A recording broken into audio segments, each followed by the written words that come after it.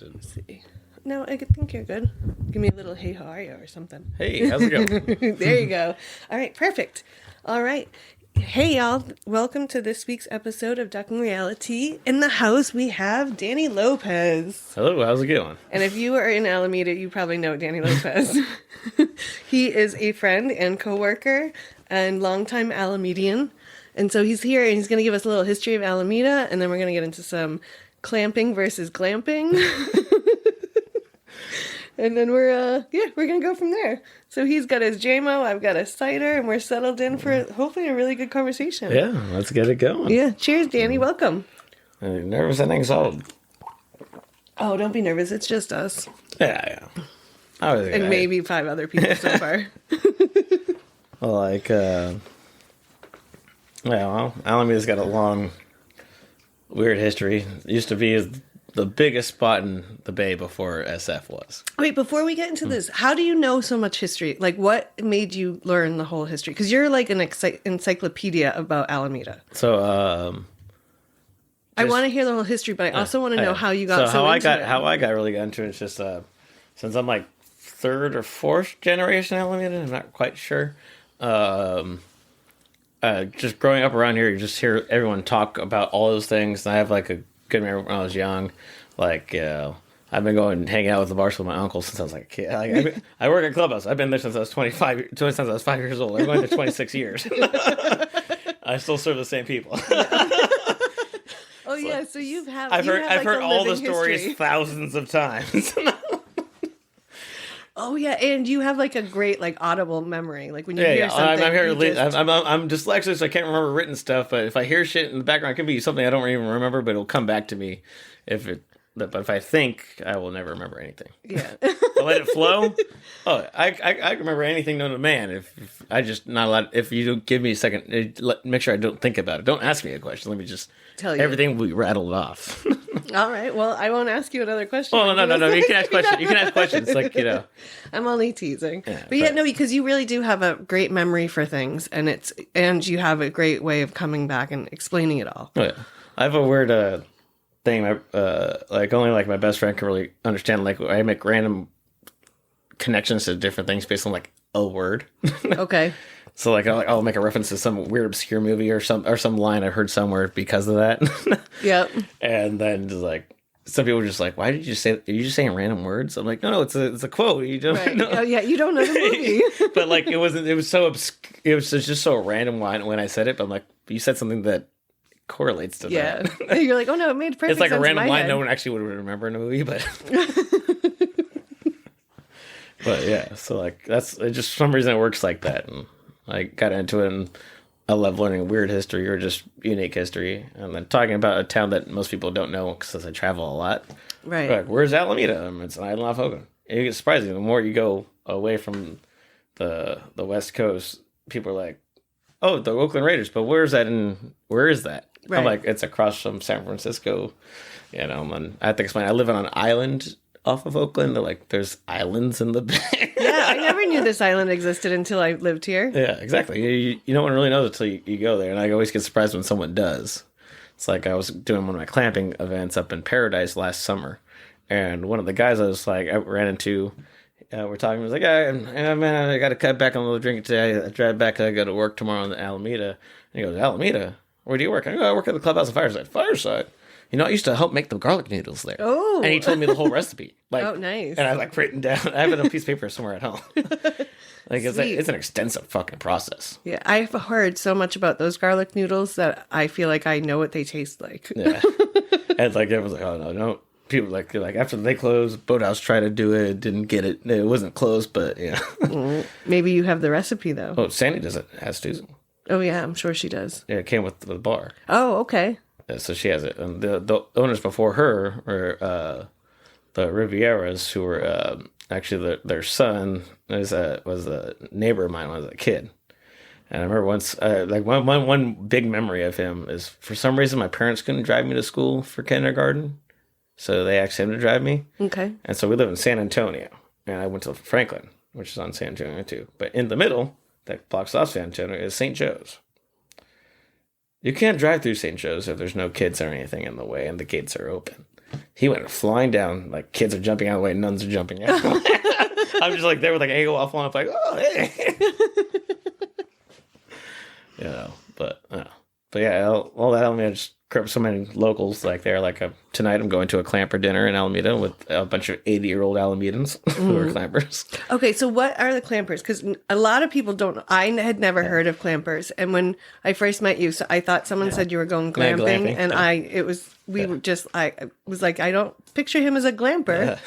But So clampers are we're a historical organization. Well, currently we're a historical organization that earns money for orphans and widows. It became a historical organization in the 1930s when it was revived. It kind of died off in the 1900s after the gold rush. But it started in America. It didn't. So we allegedly started in 4005 BC by the first clamper himself, Adam, who walked out of the Garden of Eden with a branch from the tree knowledge hidden in his make belief. And we call that branch of the tree of knowledge the staff of relief. okay, And we have, all the way. And then it came to America by way of a letter from the Emperor of China at the time in the 1840s. And a man named Ephraim B. got the letter and started E. Clampus Vitus in what is now West Virginia. At the time, it was just Virginia. okay, But now he helped found West Virginia too. So his friend Caleb Cushing was the first ambassador of America to go to China. So he got the letter and gave it to Ephraim B., which is his name. He was like a local guy who ran a tavern and there's a hotel and tavern. okay, like a B&B kind of nowadays. Yeah. And it was known as the Beehive because he had like 9 kids, and his kids were always running around. Their last name is B. And Oh, I like that. and actually, his family still runs that place today. They have actually West Virginia holds a festival last 4 or 5 years now called the Ephraim B Festival. If I got time, I might do it this year.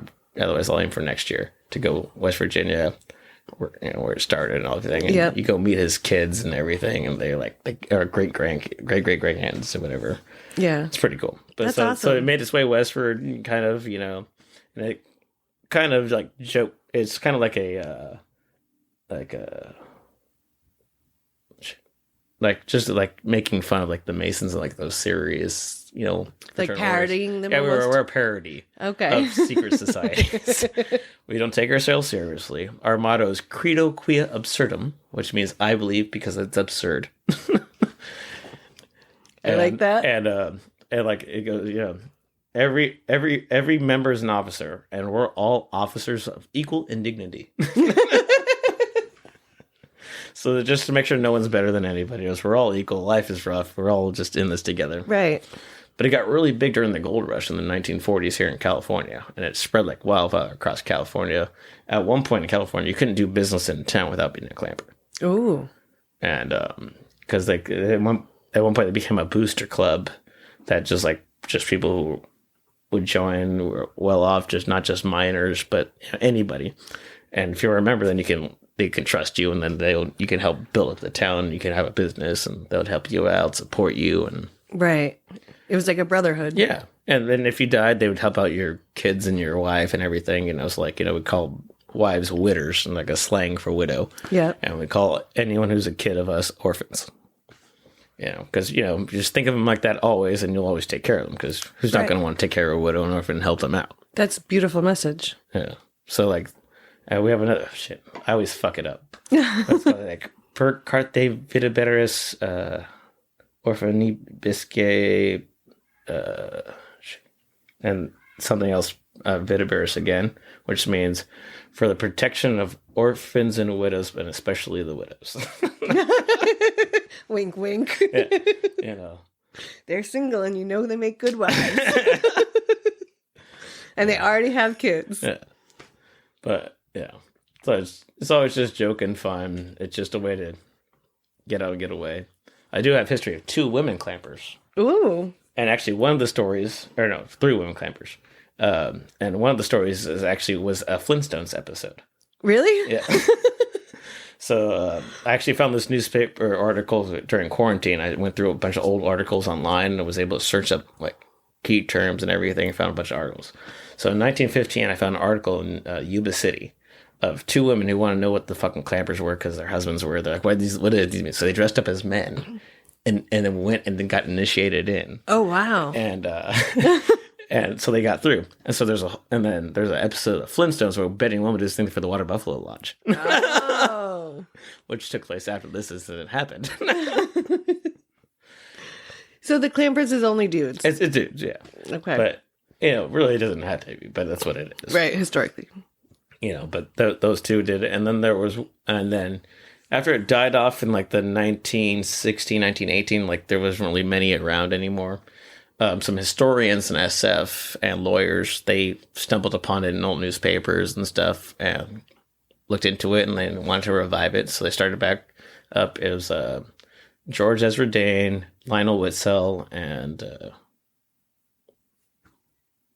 forget the third one's name right now. But they started it up again, and they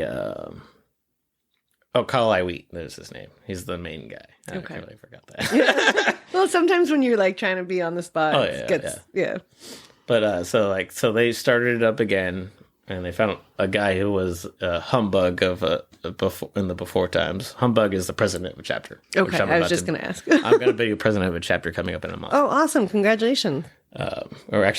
We're not even a chapter. We're an outpost. We've been working on this for like 8-9 years, trying to become an actual chapter. Wow, it's like that kind of it's a process. Yeah. Oh, we had little setbacks because we were like a different chapter at one group at one point, and like just inner politics fucked us up. But all those guys all that bad blood's gone. We worked our hard. We paid our dues. We did the shit, and it also helps. Like, all the guys are older than me. Like, I've been in 10 years, I'm still one of the youngest guys there.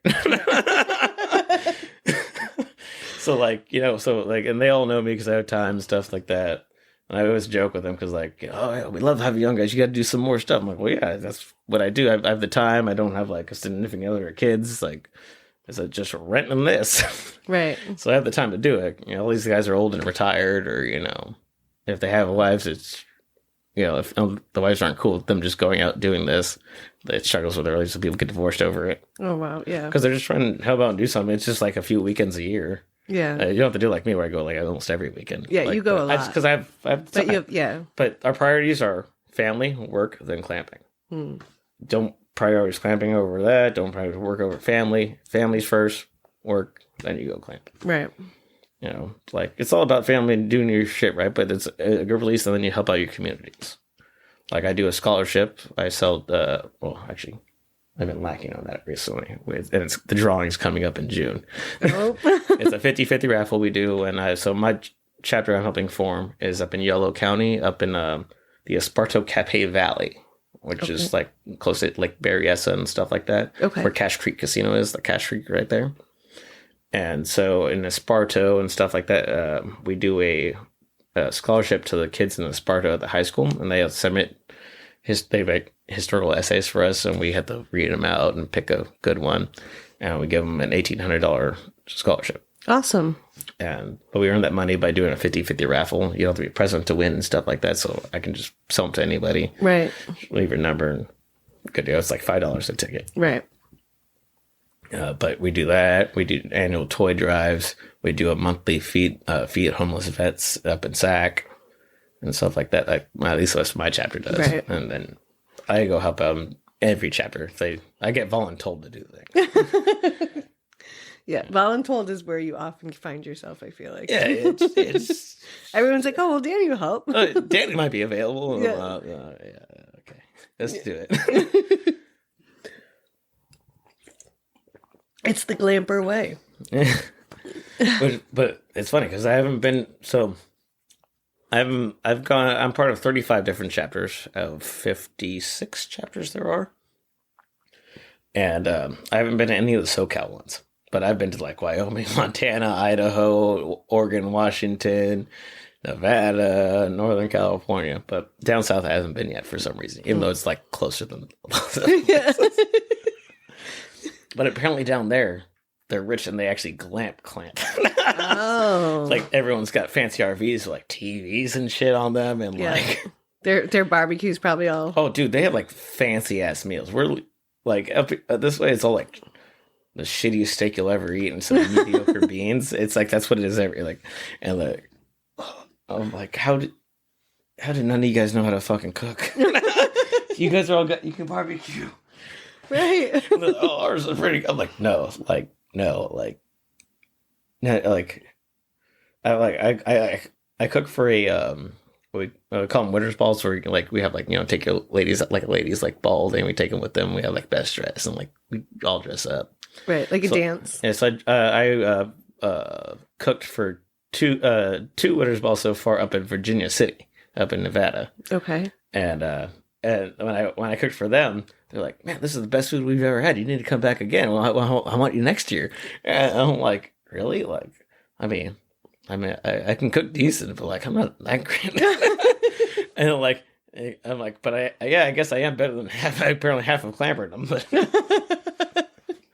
maybe you should do a little cooking show for the Clampers. I personally just think if someone has a good one, they should just have Ursula leave with the next cook. Right. Like, yeah, share supposed to show them off, but like sometimes because some places your position is only a year long, or some people, some chapters make you hold that position for like 5 years before you move up. Okay. Which I think is kind of better. Not for like getting people through, because it's hard to commit for 5 years for a volunteer thing where you don't get paid. Oh, so like, yeah. Well, so what's like the membership kind of? How does that work? Like, there's no monthly fee. There's nothing. There's no yearly fee. It's just paying to go into the event, and then you get beer and food for the weekend. Nice. It's like they range from $50 to $200 depending on the event. Yeah. But like when you say that you have to hold positions, and when you move up, what is the that board, like ranking system? It's the a board of directors. Oh, okay. So like we just have different names for them. Like the secretary is the Grand Noble Recorder. The treasurer is the Grand Noble Dust Receiver. The Gold Dust Receiver. Yeah. President's Humbug, Vice is Vice Humbug. Some people have certain ones that are higher up, like libationist is sometimes like second vice. Okay. Because libationist is the bartender. Yeah. So you guys go out and everyone has their designated jobs. And then, like, someone has to run camp the event and runs an event. And you guys usually do is it always a 3-day event? Not always. Or some are it just depends on looking forward how big the event is. Can we get the spot for that long? And it's within budget, because we still need the money to pay for everything, to the money to be able to put back, because we do that to earn the money to go back to the communities or do a historical plaque or something like that. Right. Yeah. So the other thing that you guys do is when you're organizing or you're raising money for the widows and the orphans, and you're doing scholarships, and then the other thing that you guys do is the plaquing, plaques. Right? Yeah, we do a lot of historical plaques. We have almost 2,000 in California alone, let alone other states. We're slowly moving our way back westward or eastward, and so like doing that. I'll have one coming up on the 1400 on June 4th. Yeah, June 24th. It's a Saturday. Are the historical plaques only at drinking spots, or are they anywhere? No, anywhere. Because I know this one's a bar. 1400 is a bar and restaurant. We tend to do bars a lot, but because it's like one of my favorite shirts I have. Clamper shirt says, "If it weren't for us, the taps would be the taps would rust." That's funny. Yeah. So we'll do that. We do those though because we like to find the weird history. But we'll do big notable histories if it has been noted already by local people already. Right. So like you like to find like the weird quirky facts and like of Emperor Norton in SF. And they finally naming a street after him up in near Chinatown. Oh, tell me about him. So Emperor Joshua Norton, first of his name, Emperor of the United States and Protector of Mexico. Oh. Self-proclaimed in 1859. Before that, he was 7 years before that, he was a big businessman in SF, ran stock exchanges. Like, he cornered the market on rice because there's an embargo with China for rice, so we couldn't get it. They couldn't get it, so he was did that. Okay. But then a big shipment ended up coming in from somewhere else for rice, and he lost like 1.2 million at the time in the 1850s. In the 1850s, and so he worked the 7 years off to try to pay off those debts. And then he showed up as a homeless guy dressed up and just claimed himself as emperor. And like a small apartment, and then people just, SF being SF, just went along with it. An eccentric guy just doing it, but he was a great guy. He was fighting for like immigrant rights back then. He thought of the Bay Bridge 60 years before it was ever built. Oh wow! And everyone's like, "You're a fool! No one can build a bridge like that." And he's like, "No, I talked with the guy who does that kind of architecture," and he's like, "Yeah, no, this can be done." They planned it all out. He'd go to city council meetings, and like he'd make proclamations. They put it in the paper and everything. Oh wow! Like I remember he imposed up things like, if anyone calls it Frisco, it's a $25 fucking charge because you don't call it Frisco. I think people still think that's true. Yeah, and so he was just a self-freaking guy. Everyone liked it. Like the police would salute him when he died. Like 20,000 people attended his funeral. There was a whole parade through town and everything. Oh, wow. His gravesite's in Culpa. We go do it once a year, and on the date of his birth, and the first week, it's usually like the 8th. His birthday's like the 12th of January, but usually it's like the first weekend of January we do it. We go up to his gravesite, have a memorial for him, and we drink at the local bar nearby, and we have a big old thing. Crab feet. We usually do crab feet for that. Oh, nice. And, but yeah, I have a friend, he's actually the current humbug of the chapter of YB1. You remember Buena number 1, which is because when they refounded the chapters, YB1 started in SF. Okay. Yeah, so their territory stretches from San Francisco up to like Mendocino County. Oh, wow. That's their territory. The chapter here in the East Bay here, we're Joaquin Marietta chapter, who was a famous bandito who's the inspiration for Zorro. Oh, that's awesome. So like, during the time it was like the 40s or 50s, and like when California was being taken was now ruled by Americans or something, somebody else like shit. The details there are kind of skew. Not skew. I just forget. I just watched the new show on Amazon Prime about the head of Joaquin Marietta, and they got like everything historically wrong. Oh, really? It's like, besides for his fucking name and like him being a bandito, that's the only thing they kind of got right. Oh, wow. I haven't seen that. Yeah. Cause I was like, oh, shoot, cool. Is it supposed to be like accurate, or is it like just a play on it? No, I didn't know what their intentions were. Okay. But it was all wrong. It's on there, but like there's like wrong. They like mentioned people that you can look up and they didn't even exist. Oh, but they made it like there was his accomplice. Like no, like they didn't even mention like his actual accomplice, like Three Finger Jack, who had only like I think he was missing these 2 fingers. But yeah,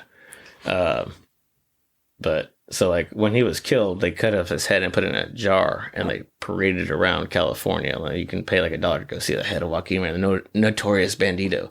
But he would like, so after like his wife was killed and his kids were killed, he would go around, rob rich people. He's a Robin Hood of like over here. Like he'd go kill them, give that, and give back to these local communities where they know they were fucking being taken advantage of, and he'd just go kill rich ass fucking dons and stuff, and get back. Right. That's what he did. So when he was killed, they put his head in a jar. So it's like when I cut off my hair, I'm gonna make a replica of that head in the jar. It was lost in the 1906 earthquake. The head. Oh, really? Yeah. Oh, that sucks. That's the last time it was recorded being seen. Oh. So whether it got destroyed during the 1906 earthquake or not, no one knows. Or it's in someone's private collection. Yeah. But I almost hope it's in someone's private collection. That'd be cooler. Yeah, way cooler. But you never know. If you have the head, let us know. Yeah. Let me out. Oh, no. Danny won't tell anyone. Yeah. No one has to know. I can claim it's a fake. It's all good. I'm like, man, this is a nice replica. Wink, wink. Now you're just going to get we're going to get tons of messages about all the fake ones. Hey, saves me from using my hair to do it. Yeah. Because I want to make it realistic on a jar, but it's also going to be a tip jar in the center. So I got one of the pineapple cans from fireside, and I put that in the center. I'm gonna make a mold, like a paper mache like balloon. So I make a mold of my face and like make it, and I put my hair. It looks like it's in a jar. Yeah. That's pretty fun. What are you doing that for? Just like, is there an event that you'll debut it at? We'll debut it somewhere, but then we're gonna just use it all the time. Come see the head of Joaquin Marietta, Yeah, that's fun. Brings attraction to me. People coming to the event more, so we can make more money to give back. Like a lot of the Clampers now made it before the quarantine, we used to do a lot of barbecues at Church Ward, and we would $10 a plate, and all that money would go to the women's shelter in town. Nice.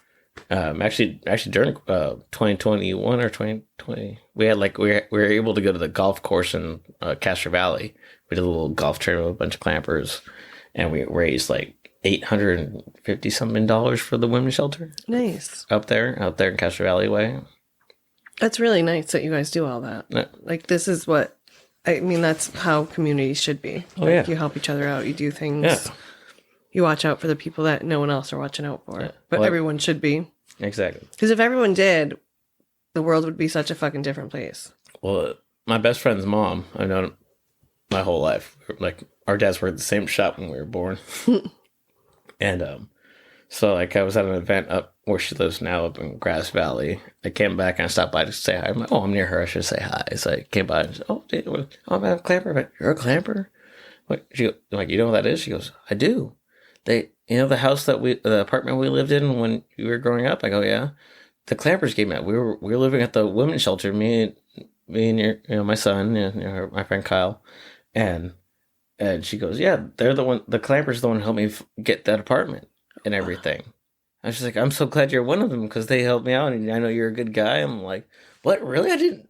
I never heard about them until I was 21, and I moved in with my uncle.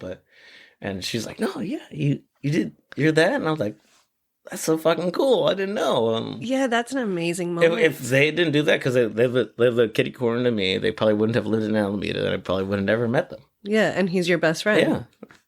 Yeah. Wow. And then it's a place that you now work with or, volunteer with and do. Yeah. That's amazing, like, fucking life moment. Yeah. And I was like, that's so cool. And she was like, hella happy with me and everything. Like, she's like, I thought you'd be, she was telling me what she thought it would be based on how I acted growing up and what I did and everything and how it worked.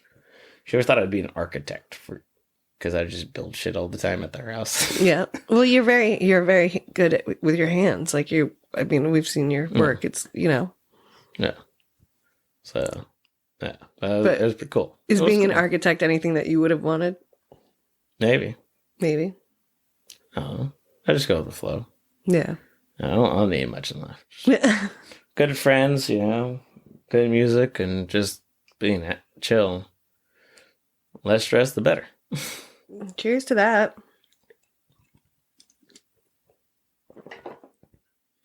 All right, wait, Alameda history. All right, Alameda history.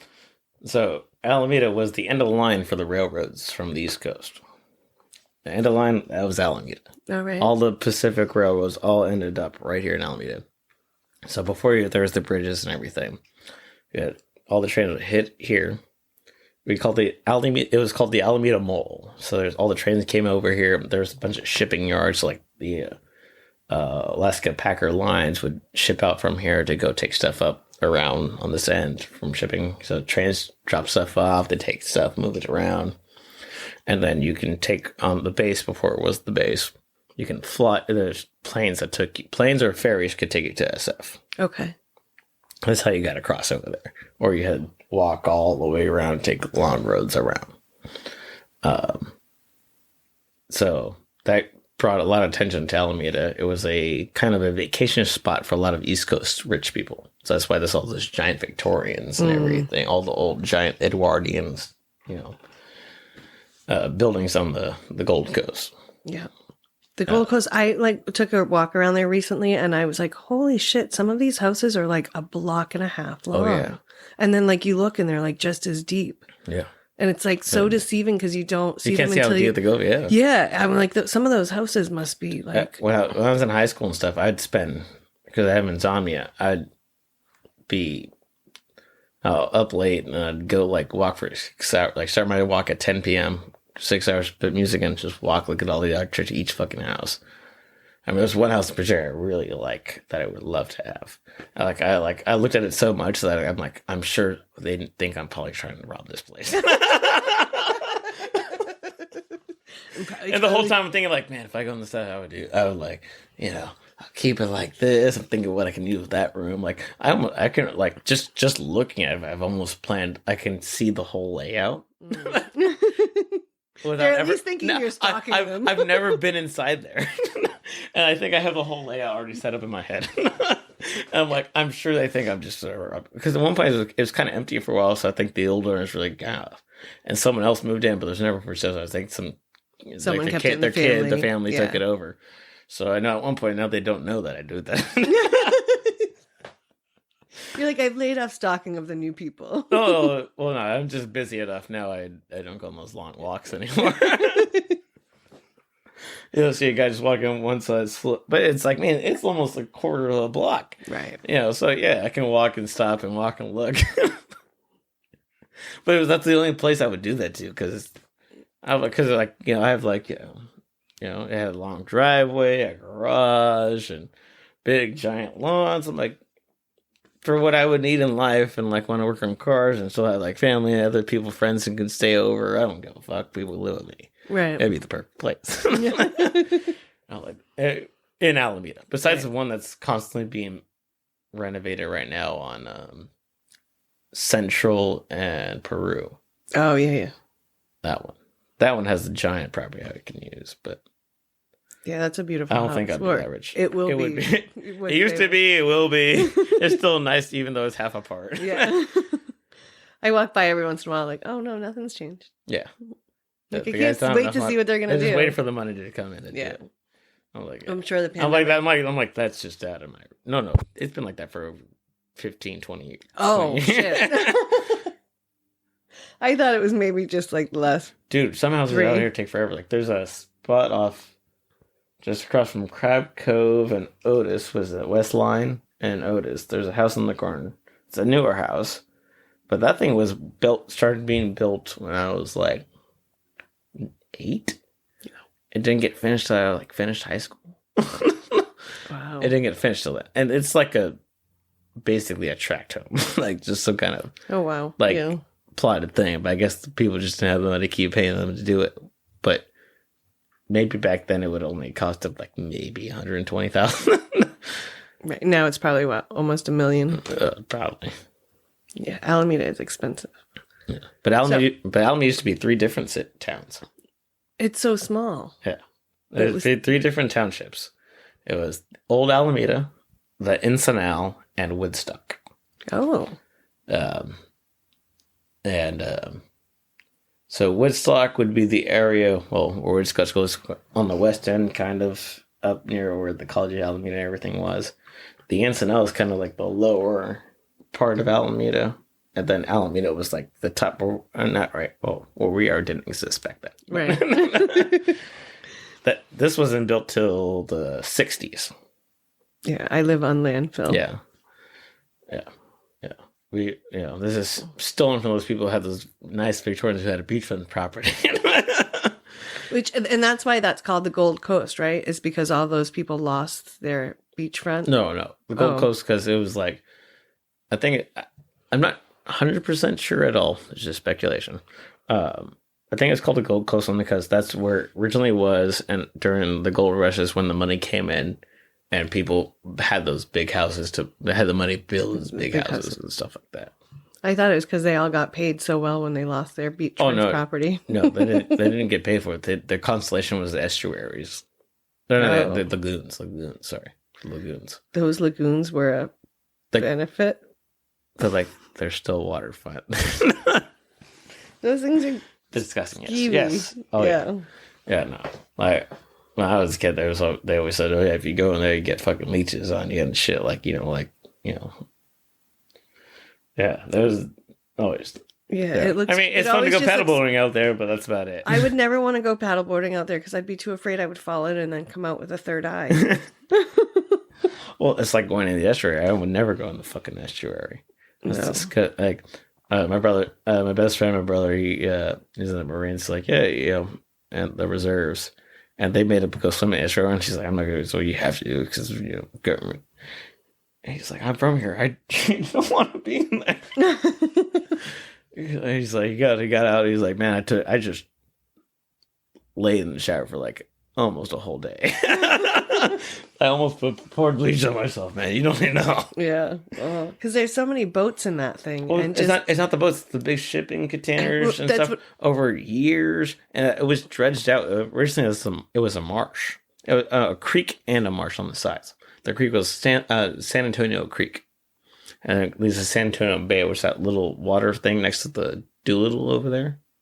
No, I don't know what the Doolittle is. So Doolittle is that road. So you go on the Bay Farm, over the Bay Farm Bridge. Oh, okay. Yeah. Oh, yes. Doolittle down to the airport. So there's that little bay thing. Yeah. So it's called San Leandro Bay. Okay. And that leads to the San Leandro Creek, which is the estuary. Oh. Yeah. Yeah. That's always kind of skeevy, too. Yeah. Well, yeah, both are. But, that's what it is. Like the beach when I was a kid, at least on this side, the beach was actually kind of nice. Right. I walk this beach all the time, and I have gone in it many of times, and not until I really, like my first year especially, because I didn't. I mean, you walk down here, there's families. Yeah. But whenever I walk down here, there's families of people in it. So I was like, oh, it's clean, it's good. And then I started making friends, and all my friends were like, don't go in that water. Anyone who's there, and I'm like, well, I always shower right after, and they're like, but don't go in that water. Anyone who's in there is either not from Alameda, or they just moved here. Yep. Because like people from Oakland will come over there and go. Yeah. Like anyone who's there when it's packed and busy, it's not anyone from the town. Yeah. Like it used to be all right, but most of that stuff is actually a lot of like clay. Once you get out there, because when it's low tide and you can walk all the way out, it's not sand. No, you can walk out even when it's high tide. It's like maybe just above knee deep for like a quarter mile before it drops off. Yeah, I remember once me and my friend were like 9, and our moms were talking and shit, and we went out there. My friend got stuck in one of the sinkholes in the clay. Oh, started going down. Tide's coming in. I'm trying to pull him out. I can't, and then all of a sudden I sink in. But finally we get out. We're covered in clay. And our moms are like, why are you guys all fucking dirty? What the fuck happened to you? They didn't notice we were almost about to die. Yeah. Just covered in clay. We can't get in the car like that. Like, I tried to hose this off a little bit, but it wasn't like the water at the park showers. But yeah. I think we had to walk home that day. Yeah, you're not even getting in the car. So how did Alameda go from 3 different places to what it is now? Like what it is now? Yeah. So with that, it's a small space. They had 3 different communities. Before that, the Ohlone Indians around the area had the territory around these places. They had these shell mounds. You know what a shell mound is? Mm-mm. The shell mounds are burial grounds. Oh, okay. So they bury up and make a mound out of it. So they had a shell mound of Powell in Emeryville. So I got Shell Mound Street. There was the biggest one in the area was there. And they put it like back when Ice Age took over, they put like a fucking dance hall and shit on top of it. Oh wow. And stuff, but so over the years they dug down. Now it's where it's flat, but they still find bodies once in a while when they're like building stuff. So in Alameda we had one too, and so that's buried down. There's a plaque on it in Lincoln Park. But when they became together, the cities though, there's like, well, we're small. We need to join together to make us more secure. And then like the community voted on a name. They settled with Alameda, which is I think translates to like tree lined lane. Oh, that's beautiful. Yeah. So because we had a lot of like oaks and stuff around here and stuff like that, and everything was trees and foresty. Yeah, some of the trees around here are ginormous. Oh yeah, and some of those are actually kind of newer than some of them. Yeah. There's a couple houses that you can tell like they're old redwoods, or I think they're redwoods. Yeah, there's a few old redwoods left. There was a bunch more, but yeah. I can imagine that they took a lot of them out. Oh yeah, because it's so built up now. Yeah, But most of it was all farmland from the get-go and train lines and then industrial space. I think it was the early 1940s is when after the Depression and stuff like that, and then the Golden Gate was built and the Bay Bridge was built. And everyone had cars, started getting cars, so they wouldn't use Alameda as a means of transport to everywhere else. Okay. So we started losing business. So we had what was known as Neptune Beach, was known as the Coney Island of the West. Fun. So it had roller coasters, bathhouses. Kroll's was like the main hotel and bar for that. And they'd have boxing matches at back and entertainment and stuff like that. Famous celebrities like Al Jolson, famous ragtime player, would be over there playing music and stuff like that. There's rumors Wyatt Earp was a guest referee for one of the boxing matches. Oh, that's awesome. He's also buried in Culpa nearby Emperor Norton. Oh, that's amazing. I didn't know that. Yeah. So it was really busy back then. So the Depression hit. The Bay Bridge was built, the Golden Gate, so people were driving cars, so they didn't need Alameda anymore. It was just a bypass place now. Right. Before, you had to go there to go anywhere else. So we lost a lot of business. Neptune Beach closed down, and we became more residential.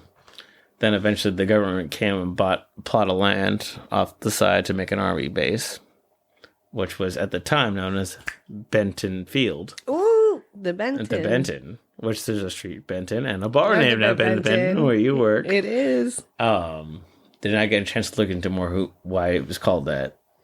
I looked a little bit, but not enough. Yeah, that's fine. Next time. Next time. I'll figure that out.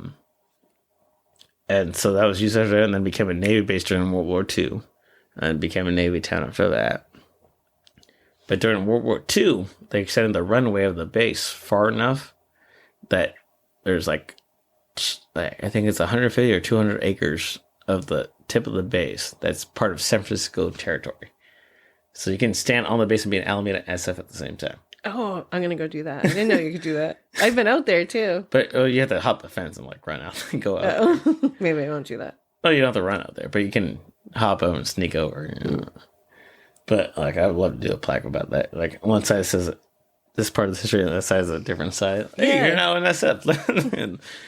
and that's only why, because of Luis Peralta, who got the land grant for the East Bay during Mexican rule after they took it over from the Spanish. So he had that for a long time. Then he split it between his sons before he died. And so they split the certain areas up, so the land lines and stuff was that. So Fort Alameda wasn't in it, but then when they extended it, it became inside of it for that. And also Peralta is the school district for the community colleges in Alameda, Oakland, and stuff for the East Bay. Peralta College. I like that. That's where so many things get their name from. Which sometimes that's not even something that crosses my brain. Well, so I just learned this recently, actually. So the Fairmont Hotel in Oakland. Mm-hmm. So Fairmont, there's a guy. Oh shit! I just learned it last month.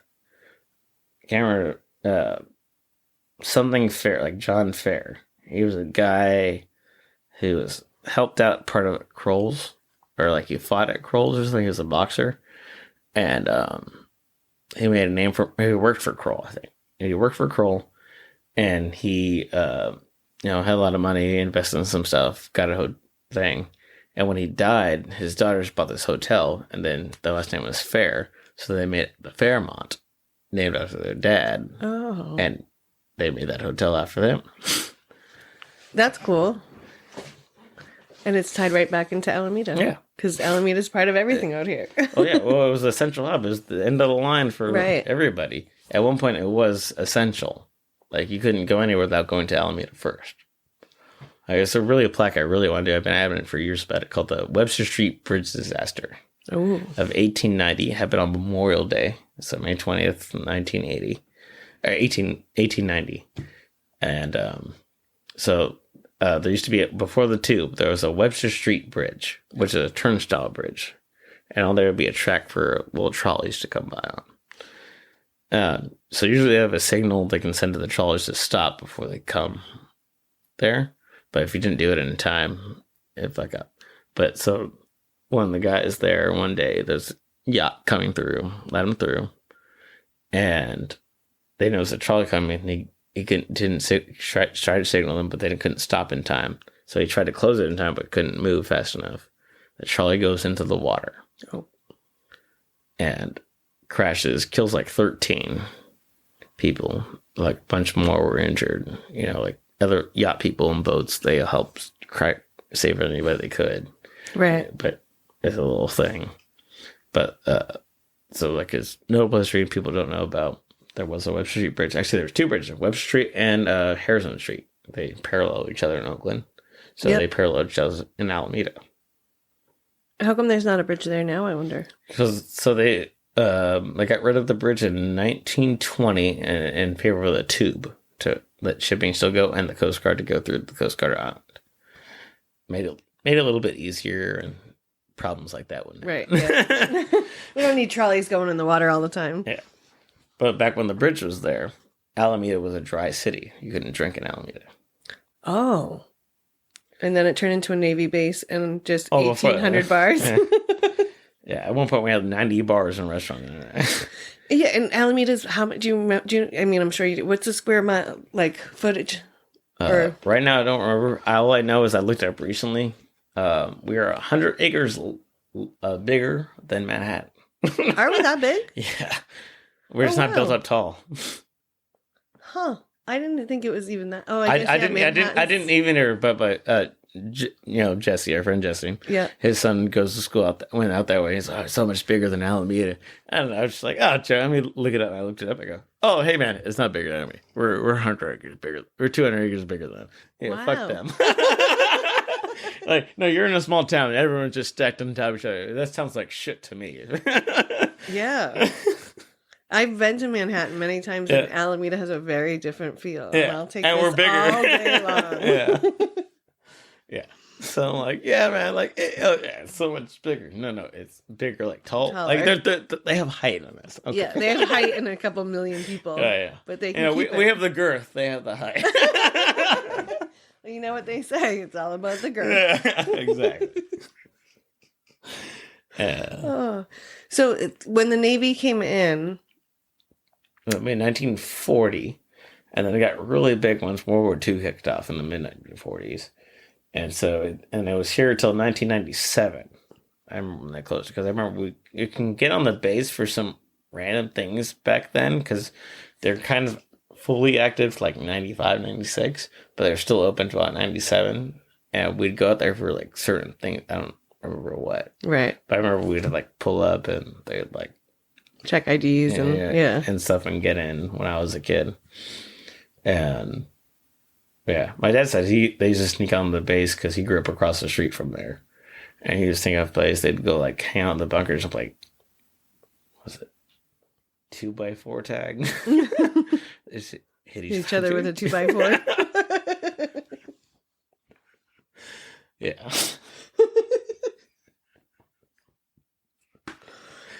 Simpler time. Yeah, much simpler time. Before toys were there. Yeah, when Darren was on, we were talking about how when he was in school, one day there was like a bunch of kids in school with him, and then the next day there weren't, because they just closed the base and everyone just got like basically evacuated. Like Jim Morrison lived here. He was a Navy kid. Like the guitarist Jim Morrison? Jim Morrison over the doors, yeah. Yeah. Oh, wow. He would tell me to hi. Oh, wow. I did not know that. He hung out at Jackson Park, would play on top of the school, playing with the guitar. He was here for 2 years. Wow. Yeah. Actually, I just learned that, that with that meme that you see of Keanu Reeves sitting in front of ice cream, that's at Tucker's? Baskin Robbins. No, I was on Baskin Robbins. Oh, I heard it was Tucker's. No, it was Baskin Robbins. I don't disagree I know, with you, because Gary. every time he comes to town, I'm not fucking here. That's odd, since people think you kind of look like him. Exactly, yeah. I'm like, because when I was a kid, when I was like, middle school, when they when they filmed in town here and on the base, they filmed Matrix, the second one, and they built a fake highway on the base to do the highways chasing. Right. But they used the tube and that, and and my friend lived on the base. We went skateboarding out the base because the skateboard park has been built. I'm like, I never noticed that. Same thing with like the Mythbusters. Their shop is on the base. My mom knows Jamie Hyman's wife and Jamie Hyman because his wife is a teacher at Incident High. Yeah, I just found out. I recently found out about the Matrix because of the whole Keanu Reeves thing. Because I was like, why was Keanu Reeves here? And they were like, oh, well, the Matrix was filmed here. And I was like, what? Yeah, Oakland, Alameda. Yeah, and everyone's like, oh yeah, and they were like, well, Mythbusters is filmed here or was, and I was like, what? On the base, yeah. And I was like, and then Mitch and I were out for a walk one day. We walked over the Hornet, and so he was like, yeah, see, that car's left over from Mythbusters. And he was so excited to show me, and I was so excited to learn because I was like, "What do you mean? Like we live like that's amazing! Oh yeah, like this little island that I happened to find." I met Tony Hawk here on the. Oh shit! When I was 10 years old. At the skate park? Yeah, that's awesome. He likes to go to so like if there's an X Games. So that year X Games was in SF, but he'll go to local skate parks just to go check them out, right? And be cool, and like. I think so. Me and my friend ran to him. We're like looking, we were like, "Oh shit, is that Tony Hawk?" We both looked away and we crashed into each other. And then there's another time we were skateboarding home, and it was still the same week, and my friend saw Tony Hawk again in Alameda, just driving through around town. We were racing home, and like, who has the best route home, and my friend, I beat my friend. I'm like, where were you? He's like, dude, man, I was crossing the street. The guy in the car was fucking Tony Hawk, and he had a Hawk board, and I showed him, and Tony Hawk was like, sign it. I'm like, fuck this shit. The day we decided to race and take different paths, and you get that? Fuck you. Yeah. Oh, that sucks. Yeah. Oh, like Green Day used to record on the bass for a little bit. Green Day? Oh, really? Yeah, they're from the East Bay here. So, like, Oh, I did know that because someone... They're mostly from Crockett, which I call Crockett Bridge people. Bridge. Mitch is from Crockett, or he lives there. No, he lives there. He's a bridge person. He's not a bridge person. We love you, Mitch. You don't think Bridge could be like, hey, you got to pay the troll to look across the and answer these rules 3. I mean, I can kind of see Mitch doing that, though. Oh, Mitch. Davey that I work with just told me a story about Green Day and coming into one of his bars and how he 86 some of them. And he punched one of them in the face. Oh, no, that was Smokey. Sorry, not Davey. I love you guys, but no, it was Hit Smoke. Hit Smoke, because one of the guys sat on his motorcycle without asking. And I think it was at Dagger. Dagger, yeah. Yeah. And I was like, I love those guys and their stories. Because I tell you about the time, so it was during quarantine. I went to a clamber thing in Idaho, and shit. Yeah, it was like middle Idaho, bumfuck nowhere, Chalice, Idaho. A population of 130 people. I'm in the bar with a bunch of clambers, like 80 of us there. In the bar, I'm talking to the bartender, getting a drink. She goes, "You look very familiar. Do I know you?" I'm like, you probably don't know me. I'm from California, the Bay Area. She goes, "I used to work at Cat Club and DNA Lounge." I go, "I used to go to DNA Lounge a lot." You're like, "Oh, maybe you do know me." I used to DNA Lounge a lot, but like this is quarantine, so like I had a beard and long hair. I haven't had long hair since I was 16 years old. I never had a beard before in my life at that time, and she recognized me. Oh wow. And she goes, "Oh yeah, you just had this golf girlfriend," and she described my ex perfectly. I'm like, "You have the best memory I've ever fucking heard," because I wouldn't even remember that by my own ex. She was my ex fiance. Oh God, Danny. Well, I did her off for 10 years, but like, remember that certain time in life. Though. Yeah. I'm like, you remember that? Like, I didn't even go to those places that much. Just like maybe once a month, maybe for like 5 months. And she goes, "No, I know you." I'm like, "Well, I'm from, I hang out. I live in Alameda, Oakland." And she goes, "Oh yeah, you know Hick Smokey." Then I go, I do. She took a picture of me. I come back, and me and Matt were doing a pop-up at Howard and Dagger. Ryan's like, "Dang, what the fuck are you doing in Idaho?" I'm like, "How does anyone know me in Idaho?" Who goes? The population is 120 people. You're just that popular, Danny. You can't help it. I'm like, month. That's like, I never talked to this person in my life because back then I didn't drink. Oh. So why would the bartender know me? Right. That's really weird. I don't know. It was fun though. I had just a small moment like that recently. One of the guys that I used to work with in cannabis, he posted a picture of him. He's originally from the East Coast too, but we never knew anyone in common.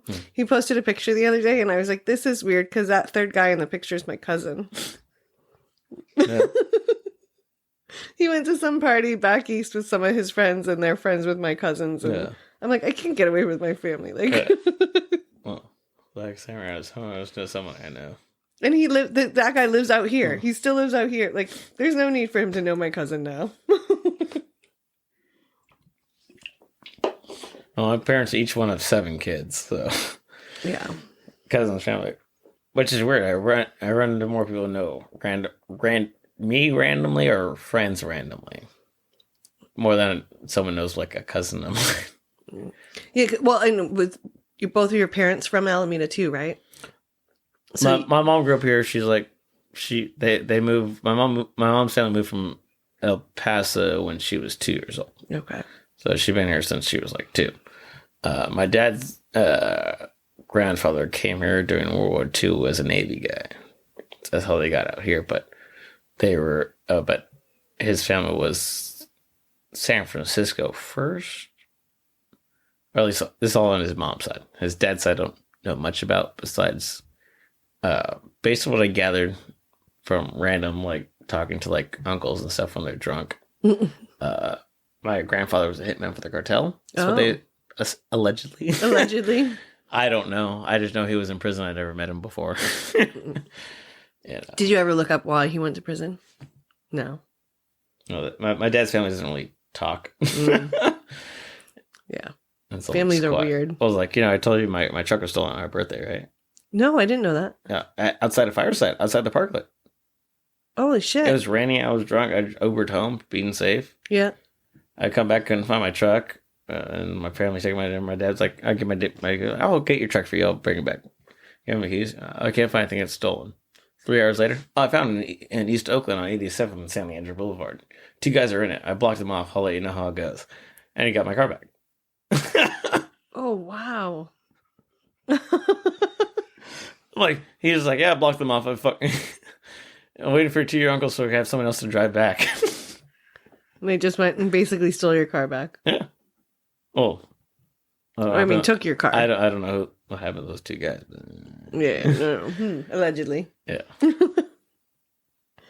Wow. And then, so when the Navy closed the base and like all of those people left, because that's a huge population of people that it was a drop. That's when a lot of the bars and stuff disappeared and dissipated, and this was a lot of empty storefronts and everything. Yeah, because I've heard some crazy stories about like the Navy guys on Webster Street and like the fights that would happen. Dude, look, it was just a sport. If you're a local, you're like, just go fight some Navy dudes. They call them squids. All right, just go fight some squids tonight. It's like I've heard some stories of the guys being like, we would just be hanging out like at the basketball court, like drinking and smoking weed or whatever in high school, and the Navy guys would come and fight us. Oh, yeah, yeah. They're guys. What I've learned about any kind of military people in my life is they're like, oh yeah, we could drink. No, you drink on the day you have off, the few days you have off, and you're just belligerent drunks. And you just fucking cause trouble. You can't handle it. You fucking like my best friend, he's a Marine, and like one time a bunch of guys stationed, they want to go out drinking. Like, oh, hey, my best friend, my brother, he's a bartender. He drinks in town. I think he has tonight off. You just go hang out with him. I took those guys out within a 3-hour period, 6 of them. I had to walk all of them home one by one drunk. Who can last? And by the time it was like 11 p.m. and I got all, by 11 p.m. I had one more girl left. I went back to the bar. The guy was gone. There's like cones outside there washing off vomit. Like some guy vomited and left. I'm like, shit. I went looking for him, couldn't find him. Like, all right, I lost 1 out of 6. And then I took them, like some I took back to the naval base unit. I took back to my brother's house. They threw up on themselves. I washed their clothes for them for the morning. Oh, God. And then I went back to the bar and just drank till 3 a.m. I got back at 3 a.m. at the house, and I'm like, oh, they'll be up for 2 hours. I'll stay up an extra 2 hours and wake them up because I don't have to wake up early tomorrow. Woke them up and saying they can report in. And they're like, what? I told them everything. And the guy I lost didn't show up. He showed up like 2 hours late. He had like a hospital. He went and got his stomach for alcohol poisoning. Oh, wow. And then the next day they're talking like, what the fuck happened to him? Like, oh, this. And like, what did you do? Oh, I just went. I don't want to drink. Like, what? They're like, oh, I never want to drink with you again. I'm like, I never asked you guys to compete with me. I just come out and hang out. Right. You guys made it a competition. You guys like, I'm a professional. I don't know about you guys. Sorry, this is just my life. I have a tolerance. I'm probably just constantly have a buzz and just never a hangover. Like, I don't know what it is. Irish Mexican liver, you can blame it on that. But you guys just drink a lot. You drink a lot. Do you know the consequences of your actions when you drink a lot? Right. I'm like, nope, you don't have to, you just hang out. You don't have to drink as much as me. Like, and I don't even drink that much, really. I just sip a shot for a while, Right. Like, honestly, I pace myself. Yeah, you do. You're good at pacing yourself. Because, I don't know. It's a long day. I don't know if I've I got to put in a shift. Yeah. Yeah, 2 shifts and a shift of drinking. Yeah. It's only a 3-hour shift for me. Yeah. A 3-day shift. 3 days. I just started. I just didn't stop.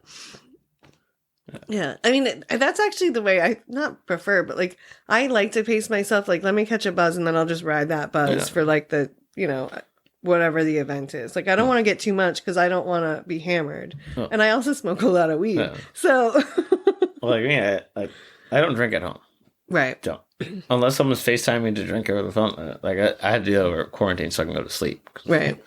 My insomnia just keeps me up for like 60 hours at a time. That's crazy. If I drink, it tires me out. And I'll knock out. Yeah. So I can go sleep early and actually get some fucking sleep. Otherwise, I'll sit there all day like... Once you're asleep, do you stay asleep? Oh, yeah. It's just the falling apart? Nothing's waking me up. Yeah. Like, you can punch me in the face. I won't wake up. It's happened before. My friends, well, your friends are assholes. No, they tried normal stuff. And they're like, what? They thought I was probably dead or something. Because, the first time they did it, I was, fucking, 12 years old. And we're all hanging out. And I fucking passed out. And they're like, hey, we're going to go do something. Wake up. They were trying for a while. What the fuck's wrong? Why won't he wake up? Yeah, that's scary. Yeah. So, and at that time, I didn't drink or do any drugs. So, what the fuck's wrong? What happened? Is he just dead? So, they punched me, and that didn't work. And eventually, I think that night, they, took a tissue paper and, light tissue. I'm like, what the fuck's going on? Oh, they're like, what the fuck's wrong with you? You. And it was, I'm just a heavy sleeper. I wish I'd be like that. I wish, I mean, that's why I have 20, 30 alarms go off. Most of the time, if I'm living with someone, they wake up before my alarm. Turn on your fucking alarm. Oh, I have to get up? I'll sleep over there all day long. Yeah. I wish I could do that. I've never been a good sleeper, but I can't stay asleep. Sometimes I can just fall wish I asleep. can go to sleep. Yeah. That's the hard part. Once I'm there, I'm like... Do you have sleep practices that you work on? Because I have so many tricks and tips to try to get myself to sleep, hot showers and listening to I have music that I listen to. I also have a sleep podcast I listen to. The only thing I know that works is just drinking and tiring myself out. Because the walking and then the couple. No, walking will keep me fucking awake. Oh, I had to go walk because I'd stay awake, and I couldn't. I figure if I walked enough, I would exhaust yourself. But no. I used to work 35 hours a week, and work 3 jobs, and I would never fucking sleep in high school and after high school. And then I never drank because I have an anger problem. And so I thought if I would get drunk, I couldn't control myself. Then eventually I got drunk and I was, I'm nice and friendly. I can control myself still. Right. So, okay, cool. I can drink now. And then I figured out drinking makes me fucking tired as shit. So, cool. I can finally fall asleep for once. I can be more productive if I can fall asleep. Right. But then I didn't realize if I'm asleep, I can't fucking wake up. Because I never got sleep. Oh, wow. Yeah, I would never think that you would have an anger problem because you're always like a happy like guy that's always there to help people and like. Well, I worked on it. Well, I always like that, but like change it like quick. But I worked on it for years. As long as I don't get stressed out, or like if I tell someone, "Hey, look, this is gonna trigger you," I just be honest about it. Right. Usually, most people are good about that. Yeah, I did. Sometimes I get, might get an outburst, but like I'll warn people. And if you don't take it, and I get like that, kind of on you at that point. Right, yeah. If you keep giving the warnings and they don't want to heed it, then... I got in my roommate recently, and it was like, man, I would never do that to you, though. I'm like, but it's not about you. It's, I'm telling you, like, triggering me. Right. I'm like, yeah, no, I don't want to hurt you. Right. I will. I could, and I'm trying to warn you not to. I'm trying to stop that so I don't be a terrible friend. Just leave me alone, forget about it, and I'll forget about it in an instant. As soon as you don't bring it up again, I'll never remember it. I'm really good at that. Let bygones be bygones. That's how I keep calm and be nice. Yeah. Nothing's important enough to hold on to fucking anything in life. Yeah, life's too short to hold on to grudges. Like, it's good not to forget and, like, be cautious. Oh, yeah, we can be caught. Yeah, it's fine. But not, like... all of the emotion of that incident. Emotions are freaking... That's based on your understanding, comprehension of what fucking happened. You could have remembered it all wrong. You could have felt a different way, even though you didn't understand what was happening. And all words change based off inflection, tone, and context. Yeah. That's why books can be interpreted, or poems can be interpreted multiple thousands of ways, because they're just neutral words, and based on how you say or do them, you can interpret them differently. And depending on your mood might depend on how you interpret those things. Exactly. So that's why when communicating with anyone, I don't like to take anything seriously unless it comes up, we talk about it again at a different time. Right. Then you can know for sure whether it was like that or not. That's a really smart way to move through the world. Well, it makes it easier on yourself so you don't just get mad at everything. Life is stressful. Everything's stressful. People worry about so much stuff that doesn't pertain to them. But if you just listen, wait, listen again, you can get more idea of something. Yeah, and it gives you a chance to kind of take a moment and really think about how you feel about that moment and situation and be like, all right, well, what was mine? Where was I? Exactly, yeah. It's like in AA, they talk about keeping your side of the street clean.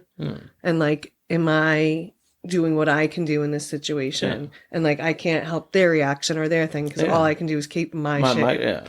Control, Yeah. Or that's where I learned it. I don't know if it's... I didn't learn it. No, you learned it just in life and just being a good human being. I learned that to trying to be a good human. Yeah.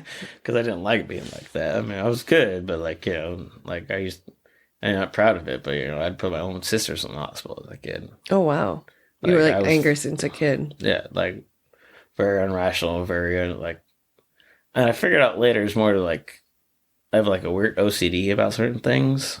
And I didn't, as a kid too, I didn't have patience. So I didn't have patience for people who didn't understand things the way I understood things. And I had to learn, not everyone thinks the same. I don't understand like you do. You gotta wait for them to understand things.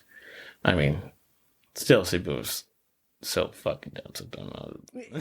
You know what it is as a bartender. Yeah, you have to meet people where they're at. You gotta... It's like my approach to, because I've been a martial artist for like 20-something years. Yeah, like the same way if I'm about to fight someone, even if it's on the street, someone pulls a gun on me, I still have to figure out what level they're on before I'll respond in a way that's level to them, so you're not beating them up or like being an asshole. Yeah, you're trying to de-escalate and not escalate. In a way. Oh no, I just want to like Oh yeah, same way. Because like, if you try to talk higher to a dumb person, they're gonna get mad. Because you're not someone I said. I'm like, I'm trying to tell you what you fucking said. You fucking idiot. This is how you're thinking right now. It's not making fucking sense. Right. You're drunk. Or you should shut the fuck up. Well, I always remind people that you can't rationalize with drunk. Yeah. Like if someone's drunk, don't try to fight them. Don't try to convince them of your point. If they're too drunk, there's no rationalizing with drunk. Yeah. Like, okay, sure. It's like there's no rationalizing with stupid. Right. Same way. Just go home and we'll talk tomorrow. Yeah. Like, that's usually my... Like, they're not worth their time. Like, just they're drunk. Yeah, and I don't get upset when they get, like, stupid and nasty. Okay, you're drunk. And, like, maybe what you're saying is really how you feel. And I'm going to keep that in mind. But, like, at this moment, I'm going to let you go. Because you're drunk and you don't have control of yourself. Yeah. So I'm not going to be able to get any point across. Yeah. I asked that, like, friends or some, or, I'm like, they were drunk, though. Why are you taking it serious? Like, you're in the industry. They're drunk.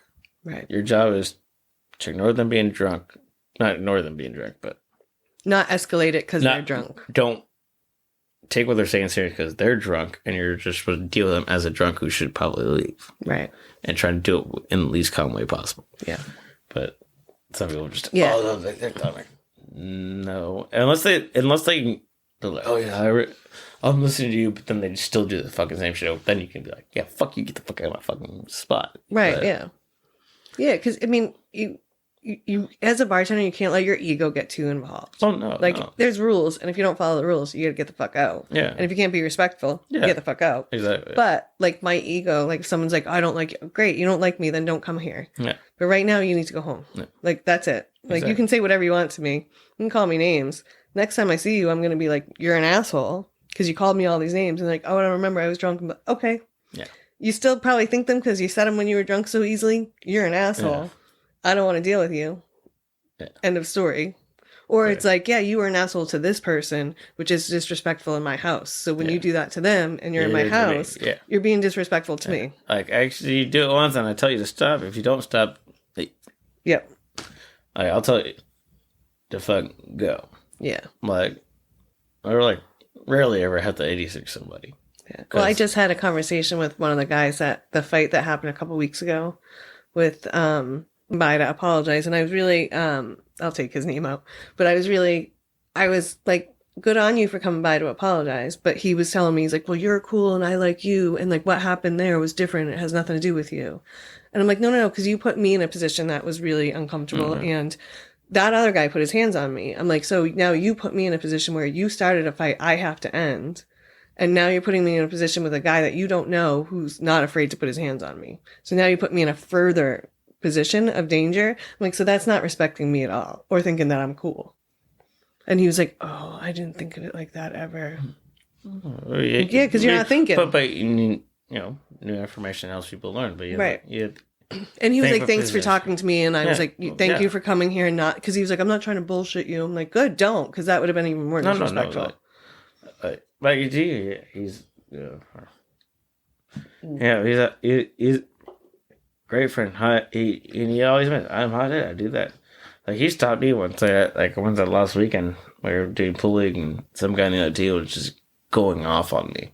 I'm talking about I got so mad. Like this first time anyone last week just saw me getting fucking mad. Yeah, I was like threatening this fucking guy. I'm knocking shit out of his fucking. Right? This guy's some big old fucking dude. I'll tell you, I'm like, what's going on with Danny? And like, Mikey, so he knows me like that because we train kind of the same. But like he's like 2 years older than me. We did all the same kind of training, and he's like, hey, because he's the only guy who understands actually respects that I have that problem. Right. Understands me without ever having to see it. He understands it. Yeah, because he has a similar problem. Yeah. So So we deal with that and we try to do our best about it. Yeah. And so he understands and he took this guy out and goes, you need to apologize to Dan right now because Dan doesn't get like this. If he's getting like this, he's going to hurt. Right. And the guy knows him and he's like, wait, you're sick? Yeah, no, Dan, and I want people to stop him. Dan's going to hurt you. You need to stop what you're fucking doing. Apologize. And this guy came by and said, I'm so sorry about it. Yeah. I'm like, yeah, man, it's just a fucking pool game, bro. Just calm the fuck down. Just talk to me like a fucking man. Don't get mad about shit. Right. Like, if there's an actual problem, just talk. We can figure it fucking out. And Mike got him. He's like, I'm sorry, I didn't know. Mike told me. I was like, what? Yeah. You're like, wait, he stopped something from happening? He's usually the one starting it. Yeah. He's like, you need to stop. Yeah. No, and I said to him, listen, like, I see that you're a good guy who's trying and you have some stuff, but, like, you got to work on that Of course, no, yeah. Like, that's it. Man, like, he'll come. He won't overstep his bounds out there. And that moment, he'll right. Fuck up. But if someone pushed me to that point, I'd probably fuck up too. Yeah.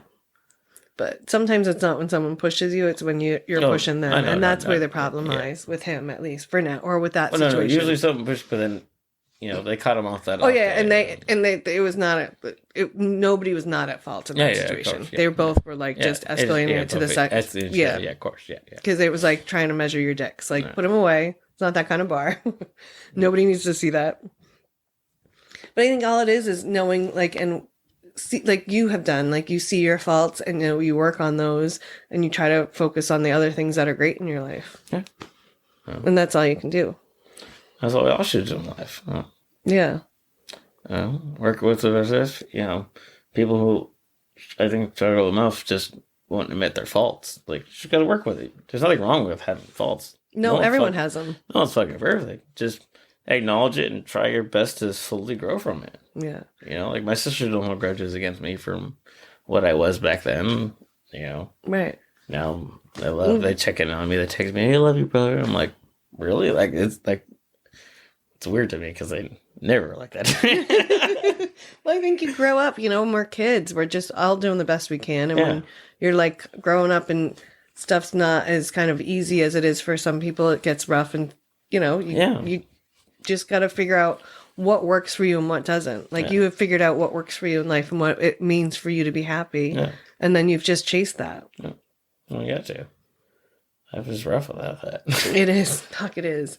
And building community, I think, is really important. And you have a really great community around you. Yeah. Oh, yeah. I just like feeling useful. Yeah. Well, you are. I mean, everybody knows you're the guy to call to help with anything, and you're a good hang, and a shit ton about a shit ton. Oh, yeah. Well, let me grab another James and we'll talk some more history. All right, let's do it. So we were talking about when the Navy first left. So when the Navy first left, that diminished a lot of business around Alameda. It kind of slowed down around town. There's a lot of it was like the Wild West back then, I guess, because things were drunk sailors coming in for about to leave for 6 months, and they leave just a wake of shit. Like they'd all buy cars that had money, but then they'd be sitting out on the streets and they get towed. For 6 months while they're gone. They get towed. My dad and his friends used to steal parts of stuff. Well, because you leave a car there, it's gonna get towed. They'll probably never get it back and just buy a new car when they come back from leave. Right. So good new parts going to waste. Yep. Or I remember how a boss, he's like, yeah, when I was your age, we used to go steal transmissions in the morning and people couldn't start that car. Oh, it's a terrible feeling though when you're the person who's sorry. Allegedly. I don't know. Yeah. Wow. No, I love the drunk stories. My uncles used to tell me some crazy stories about when they were growing up, in the 70s and stuff, and I would devour those stories. I love them. Oh, I hear all my dad always had funny stories because his were not really PG, but it'd be his stories were some situation coming up. Oh, he was I knew a friend who did this and that. Try not to do that. And it would be the most horrific story you've ever heard. Yeah. We drive by, we see a prostitute. My dad would be like, "Oh, try not to be a prostitute." I knew a girl from high school ended up being a prostitute, and she ended up being paid from the guys to go to Vegas, and she got left tied naked to a fence in the middle of the fucking desert. Luckily, she lives, so I can tell you the story, tell you not to do that. So try not to do that. Or oh, never play Russian roulette. You see that guy right there walking down the street? This guy had his face all weird. Because he knew two guys who would play Russian roulette, and one day one of them shot himself, went down. The other one felt so bad his friend killed him. It died. He shot himself. The first friend lived. Oh god! So the guy lived as still walks around town and lives in Alameda today. Wow! He would just tell me the weirdest, the shittiest things that are horrible. Or telling other people's death and deformities, and it's hey, try not to take that and just laugh it off it's nothing. I'm I guess that's how you cope with shit. Yeah. And one of the better ways, I guess. Yeah, but making a joke out of it, and then also teaching your kids, don't do that because you can look. This would happen to you. Yeah. Oh yeah. That's. I was the funniest, or my dad always talked about little Billy, his son who didn't make it. Little Billy didn't eat vegetables, and he's buried in my backyard. You're there's a good chance there was a little Billy. Oh, Okay, I questioned it after we moved a few times because Right. like, there's no way we dug it in. Yeah. And then, like, because I had an older half sister, but like we didn't really grow up together. We started hanging out when we got older, and she was like, I said something about Little Billy. I was like, you know about Little Billy? And I'm like, what? And then you're like, shit, is he real? And she goes, I thought that was kind of joking about, but he's telling you about that too? Like, could it be real? Oh my God. And we're both like, shit, yeah, don't. I mean, and then we think about other dads, part of the pastor, like, and his family. Like, yeah, just not question it. Just listen to what Dad says. But to that point, when's the last time you've had a veggie, Danny? So the Little Billy didn't scare you that much. No. I stuck to my guns. I'm about my own principles. I have my own set of codes and ethics, and it works great for me in life. Do you have an actual set of code and ethics that you live by? Oh yeah, it'd be nice if I fuck up, like, if a cop gets me on something for like this really fucking yeah, you got me. I'm not gonna fucking lie about it. Right. Yeah, I'm not gonna try and trick you and try to play off as I'm innocent. You got me, you got me. Right. If you really got me on something. If not, I'm like I once got caught for a speeding ticket here in Alameda. My only speeding ticket ever. And a Geo Metro. You know what Geo Metro is? Yeah, they're teeny little bubble cars. It's a 3-cylinder engine. Well, average horsepower for average lawnmower nowadays. oh my. Well, how fast were you going? I mean, how fast does one of those lawnmowers go?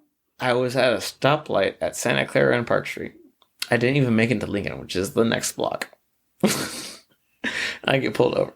I have like my friend who's a Marine, his Marine friend or girlfriend, fully packed Geo Metro.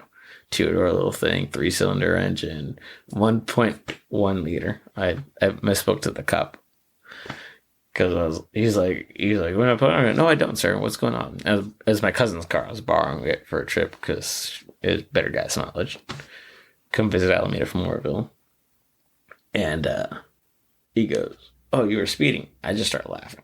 I'm like, sir, I'm in a Geo Metro. Do you know what this car is? He goes, no. I'm like, this is a Geo Metro.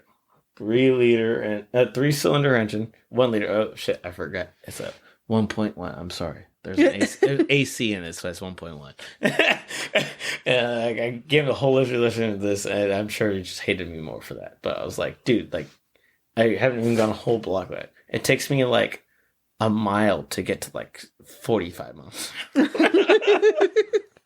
So in a quarter of a block, there's no way I went over 25. And I'm like, dude, like, just get. And he's like, what, you guys been drinking? I'm like, I haven't been drinking yet. We're going to a bar in El Cerrito. You're welcome to follow me, and if I drive home after that, you're welcome to get me, and I'll be with a smile on my face and like, you got me, bro. It's all good. Please get me on something real. Stop fucking with me, man. Yeah. Like, and he still gave you a ticket. Speeding ticket, and then there happened to be a jar of moonshine in my glove box. It's an open container. We didn't drink it from it yet, but it wasn't sealed because it's from Arkansas. Well, yeah, moonshine, I don't think they usually seal them too tight. I was like, what is that? I'm like, what do you think? Lacquer or like... No, we're just going to coat some tables after we go to the bar. Yeah. Well, they wouldn't have noticed, but my friend's like, oh, I'll help you out and get the registration from the glove box. Like, no. Yeah. We don't help. I had one more moonshine delivered from, because I just recently came back from a visit from my uncle in Arkansas, and his neighbor gave us a bunch of moonshine to give to his brother. So I drive out each uncle. I had one more to give to one more uncle. Is in glove. Yeah, it's not sealed properly. But, so they're like, oh yeah, open container. And I'm like, fuck, I'm probably the only guy in existence who got a fucking speeding ticket for Geo Metro. A thing that I can barely do free weight speeds in. You're like, some of those scooters go faster. Oh, yeah. No, a Lime scooter goes faster than a fucking Geo Metro. Like, faster.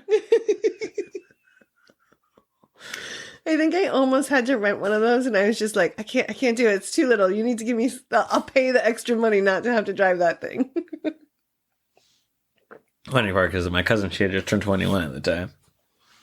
She was at the bar, Churchward across the street from where I got, and she texted me like, did you just get pulled over? Oh, that's the worst when someone's watching you get pulled over. I mean, it's Alameda, so someone's probably always watching you. She lived around the corner. I was on Everett right there. But, like, she was just like, oh, was that you? I couldn't tell because like I didn't recognize the car because it was a different cousin's car from a different part of the state. Right. And she's like, kind of looked like you. Was that you? I'm like, yeah, it was. But yeah. So like things in Alameda history too. So we were like, or not Alameda, California history. So before cars and gasoline really took over, so when the Bay Bridge was like first built, there was electric trams that went on the bottom part of it. Oh, that's kind of cool. So, and actually, electric trams in California went from the Bay Area all the way to Chico. Wow. All electric. Until like the GM and the government want to really get oil going to make money off oil because there's more profits in it for them. So they shut that all down and took it all away. So you used to be able to take electric trams almost all of Northern California. That would have been so cool nowadays. Yeah. And that's what they want nowadays. And all the infrastructure is gone. Fuck. We're stupid as humans. Well, yeah, just back in the wrong horse. Just the people who want money or want money. But like, you mean the old rich white guys? Yeah. They could have rebuilt the Bay Bridge and still have it rebuilt and have another tram system on just there underneath before. Right. Why take it away? Yeah. Wow. There used to be separate tokens. I actually have two at my house of these old tokens from the 60s for AC transit, which you use on buses and for the trams. They're tiny. They have like weird cuts in the middle and everything. Oh, to fit into like the... No, they're just weird, different shape. Oh. Like, it's like a pen. It looks like almost like a penny, but there's like gaps in the top and bottom. There's, in the center, there's like a line. And those are the tokens you use to go on the buses and AC or wherever. Right. Oh, that would be so cool. It's so funny to know like we had that technology and then we just got rid of it. Dude, the first electric cars were in the 1890s. Really? Yeah. In like New York, they used to have a bunch of electric charging stations and stuff like that. And oh, wow. I never knew that. Yeah. Jay Leno actually has one of those old electric from those times. And you even drive it with just like almost like a boat. With like a steer like this. Yeah. And it looks like a fucking luxury, like, carriage. But it's like just a carriage, no horses or anything. And there's just a little lever you use and you can do that. Oh, I feel like I've seen those things before. Yeah, but they used to be charging it all over like New York and some other places. They had charging stations for them. Oh, wow. And you can just charge them up. That's awesome. Around. They went up to like 22 miles an hour or something like that. Huh. Ooh, you know what the other famous... this is kind of a little off this subject, but when you were just saying other Alameda history is the Spite House. Oh, the Spite House. That's pretty cool. Shit. Right. Let me take a minute to remember. So, it was like... So, our brothers had the house.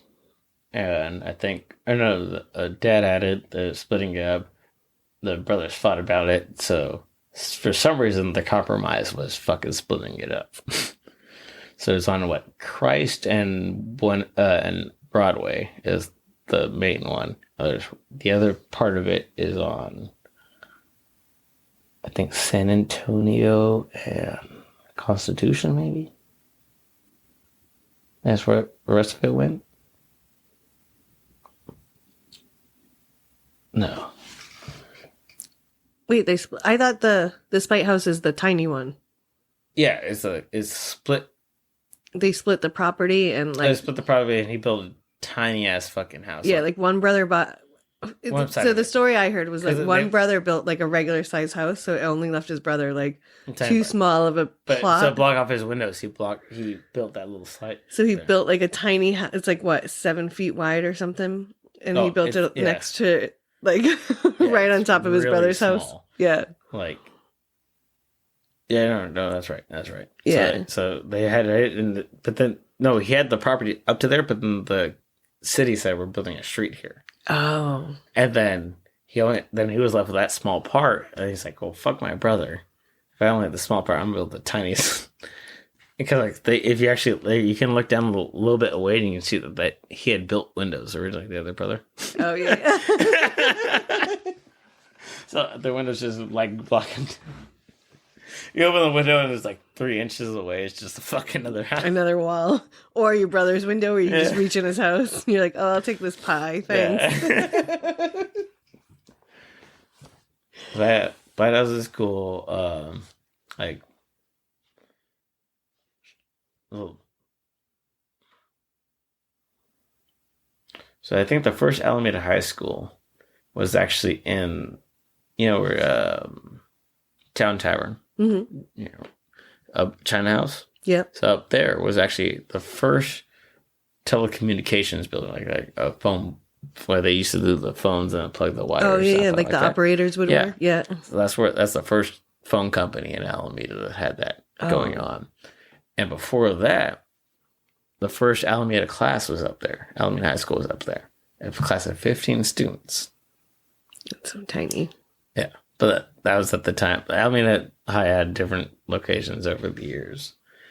But at that time, right before it became the communications, that was the first Alameda class.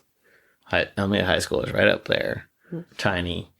And I learned that, I didn't know that until they refurbished Alameda High. And then they would give history on it. I learned that part. But what really? Yeah, that's kind of cool. Could you imagine having a high school above a tavern? Because I'm sure that's been a tavern forever. No. Nope. Oh, it wasn't? No, it was a knick-knack store before that called Silver Tree. Oh. Like random. Yeah. Like. I only said that because so many of the bars around here have been bars for so long. The tavern's not one. Okay. Bars Tavern is, or Town Tavern is not one. So it was a giant restaurant upstairs. Before that, it was the phone company, and then it was Alameda High before that. And down below, I don't know what it was before it was the Silver Tree, but it was just Silver Tree is like a knick-knack, store, like fancy like stuff like that. Right. You went to and grabbed those, kind of like that. Things remembered. Yeah. So I don't know what it was before that, but it was never a bar before. Well, not to my knowledge. I mean, maybe a speakeasy. maybe. I mean, Alameda had 90 bars at one point. That's wild. And now how many do we have? Do you know? Barely 10. Yeah, I was going to say it's not much. That's including restaurants. Yeah. Yeah. Yeah, we have a lot of restaurants that don't have a bar, but we have... Yeah. We have a lot of really good restaurants on the island. Oh, we used a lot more, but now they're all the same.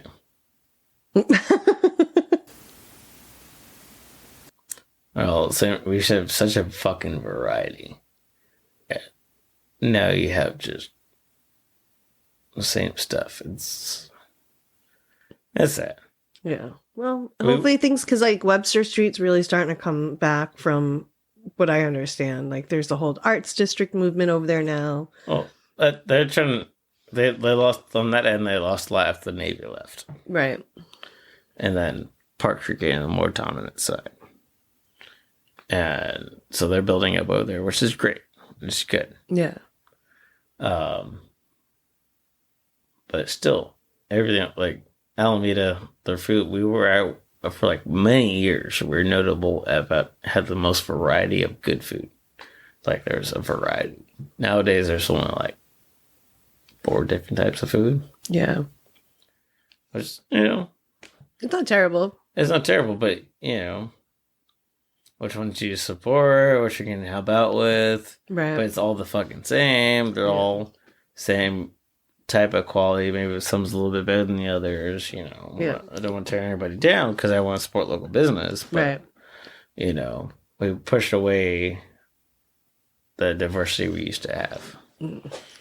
Well, hopefully now with this new wave of people coming in and things, like we have all those apartments coming in and, they're building out on the base. So hopefully we'll get a little bit more diversity back here. No, I hope. Yeah. I mean, I don't like more people being here, but I know part of me is a little afraid to be like so much talking about because the pod didn't start out like about Alameda and it's not. It's just, but this is where I live and it's where I've been feeling at home and it's where I've met so many amazing people that have kind of helped me. That me. Yeah. You're awesome. So I want to celebrate the island, but I also don't want more people to come. Well, if we had more ways to get off the island, Yeah. I'd be okay with it. Because, like, it'd be the same, like, so as I said, we're a little bit bigger in Manhattan. And they have a bunch of ways to get off the island. Right. Off of Manhattan. Yeah. Well, I heard someone talk about starting someone's going to be starting a water taxi to like Jack London. No, that's been there for years. And then someone else. That's already been there for years. Oh, okay. Water taxis have been there since Chevy's. Well, Chevy's. You haven't been here since Chevy's was here, but Chevy's was a restaurant there, a Tex-Mex place on the water. There used to be a water taxi that went back from Oakland to there all the time. Oh, because I've never. Not anyone I've ever hung out with has said, let's take a water taxi, because I would be all about that. They slowed down after there wasn't as many restaurants right there. Now there's like hotels there. Right. They tore down Chevy's and rather than like suites or whatever, hotel suites there. Yeah. But you go there, people come all the time with boats. There'd be water taxis between Alameda all the time when I was young. Yeah. Well, hopefully that'll start coming back, and then we'll get some to go to San Francisco. Well, if we can get people to actually hang out in Alameda, that's the big problem. Yeah. You know, the reason we know everybody in Alameda is because there's only like 5,000 of us who actually hang out in town when we have a population of almost 100,000 people. Yeah. They go travel elsewhere. They don't stay in town. They don't support money in town. Yeah, And the city would make more money if the business were making more money. Yeah. And people stayed in town. Yeah. But they keep funding all these housing projects to house people, but those people won't spend money in town. Well, hopefully they will, because hopefully they'll find... Well, that's what they've always... Hopefully they will. Well, I mean, maybe this pod will help them know that there's dope people like us around here that are... Yeah, exactly. Here, you know? Come by, go out. The clubhouse, what Coco's doing in the backyard of the clubhouse is amazing. It's beautiful. She's redoing it again right now. I know, I was just there, and so I saw that she was walking me through some of the stuff and the garden that she already has in there. I mean, it looks beautiful. Well, I want to tell anybody about it in Alameda. If you want a thing I found about new people when I've talked to them, it's like, when I walk here, the people kind of stare at me. I'm like, no, they're just... There's only so many people who go out in town. They want to know if they know you already, or if they can't really see you. They're waiting to see if they can tell who you are. And if they don't know who you are, they'll be like, hey, what's your name? What's going on? Yeah. Because they'll be glad to meet somebody new, because we know the same people fucking for years. Let me talk to somebody else. I know all their fucking stories. Yeah. Like, don't be scared. They're staring at you because they want to know you. They want to know you. They want to know somebody new. They're just confused first. Do I know you or not? If you look familiar, especially, they'll stare at you longer because they're like, shit, do I know the name? Should I not talk to them because I don't remember the name yet? Yeah, it's a really welcoming little island. Yeah, they'll welcome you, but you gotta wait till they recognize if they know you or not. you gotta wait that little part out. Yeah. Just come in, have a drink. They're not staring for random reasons. Hey, but we can't say it's random creep, but for everybody else, but for everybody, you're a random creep. Don't come. No, like random creeps who might stare at you. I can't account for them, but for the most part, anyone who's staring at you, they're just trying to figure out if they know you or not. Right. I think that's probably true about most situations. Everywhere. Like when you see someone, you're like, wait, do I know them? Or like you just try to take that moment. And sometimes I think in that moment. Dude, I had somebody at Fireside I was bartending, and I was like, what's up? Says it, and he goes, hey, I'm like, oh shit, you're not. Like, you look exactly like him, but with just a haircut. Like, oh my god, I'm so sorry that you finally, I'm going. You're like, I'm embarrassed. He's like, like Mitch gets a lot, like he's some guy named Pete. There's some girl on the island that I guess looks like me, because a couple times, like, two guys have almost grabbed my shoulder. Mm-hmm. And like, I've been like, what? And they're like, oh my god, I'm so sorry. And then I'm like, oh, it's okay. Like, they're like, you look just like, and I can never remember her name. But I'm like, oh yeah, sorry, no, I'm not her. Well, for years, my whole life, like, there's like 2 or 3 other guys who were in town who were around my age. They're like, man, you look like so-and-so. I go, but you're not them. But then they forget sometimes when they're good friends, and I go, oh no, Danny, sorry. You're wrong with that guy. I'm like, well, do you see this guy? Because I never met this guy in my life. Like, you see him enough that you confuse me for him. And I've never met him, and he's supposed to be in Alameda? Yeah, is he in Alameda? Like, where is he at? What is he doing? Right. You're like, I've never seen this guy in Alameda, so I don't think he exists. I was like, first time I ran into another Danny Lopez at the bar was at Church Ward. we were both at the bar closed. I got an Uber pool home. Oh, not home. To my girlfriend's house in Oakland. And it's one that the other guy's getting in. And he goes, we're like, hey, for Danny? And he goes, yeah. And, oh, we're both Danny. Oh, Danny Lopez. He goes, yeah, Dan. What? and then he goes, actually, I'm picking up 2 Danny Lopez. And we're being dropped off a block away from each other. Oh, that's weird. That became cool. But then, so he kept introducing people. They started hanging out at the bars more after that night. And he goes, he'd be like, I'm Danny Lopez. And all the bartenders would be like, you're not Danny Lopez. We know Danny Lopez. and so he got referred as Danny Lopez number 2. Mm. He's 4 years older than I am. Yeah, doesn't matter. You're the original.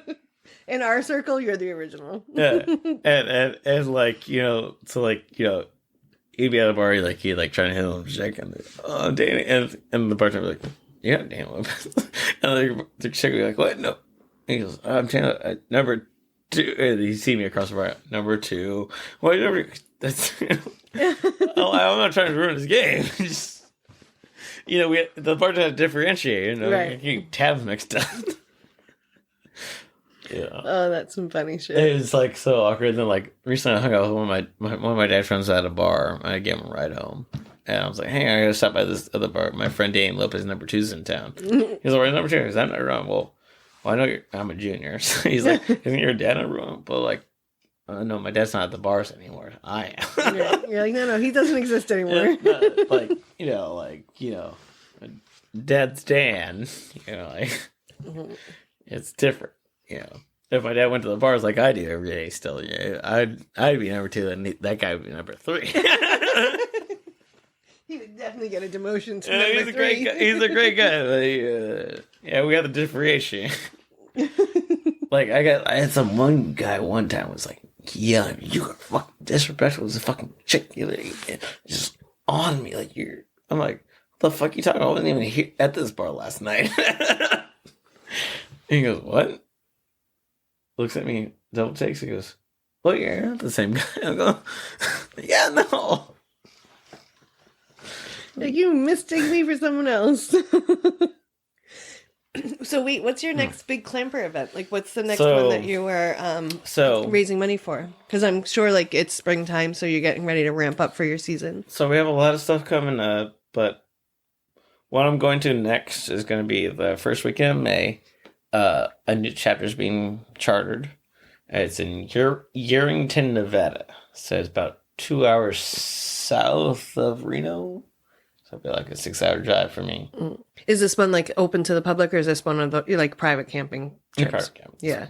What's the next one that you guys do? You have one on the books yet for like either a plaque donate, like because when you do the plaques or you do like plaques are public stuff, yeah. And that's usually kind of like a fundraiser also. Oh right? Yeah. So do you have one of those scheduled? Oh, you said Kroll's, right? It's coming Kroll's up? June 24th. We're doing that one. I have... Oh, I save a lot of stuff. I gotta double check all the time. Oh yeah, I forget everything. Like I give like Sandy a fucking calendar or everything. I really bought a calendar this year and just wrote stuff down. Yeah, good. It's smart too. You gotta stay organized. Well, it's like June, I'm busy almost every fucking weekend that month. So I have it's my 10-year anniversary on the 3rd. 10-year anniversary of June of being a clamper. Yeah. We have that. I have a few other big events people want me at, like in Oregon and other spots. Because I help all new chapters and anybody else who needs help. Nice. Because I have the time, and all these old guys are dying off. I keep telling them, you guys gotta stop dying. Because at one point, I might get somebody pregnant and I have to start a family. Like, I won't have time soon. Like, I might have to take a few years off. Right. You guys gotta calm down, or we have to find some people my age who are willing to do this shit. Well, maybe this will help get some of the guys that are looking for a community like that to come out and join. And dude, like the best friends I've ever met are in the Clampers. Like there's guys I know, I don't even fucking know their names. They can look at me and like, Danny, you okay? Oh, great. And they go, no, you're not. And then I'll break down a fucking tear because they can just tell somehow. Yeah. And then I feel sorry back because for some reason I can't remember. I go, why do you, a person I can't remember, but I've known for 10 years, Right. can just bring me to tears? Like my own family or best friend can't do that fucking to me. But you're like out in the wilderness with these guys, like doing survival stuff. I'm No, sure it that's gets... also fine. We're just sitting there drinking fucking multiple kegs of beer, fucking party. Away from each other for once, just away from society and life, and just get to relax and hang out with people. You know, just be ourselves. Yeah. Like, it's like, so I have a good friend named we'll call him Animal. But, you know, he's like the guy I know from Paradise who's just Paradise. To me, that's what it is. That event is him, me hanging out with him. Yeah. But he says he almost feels more alive at Burning Man than he was there. But there, he can do that. But I think the only reason he says that because he took on a leadership role and he had a more scrutiny on him. Right. Like, you know.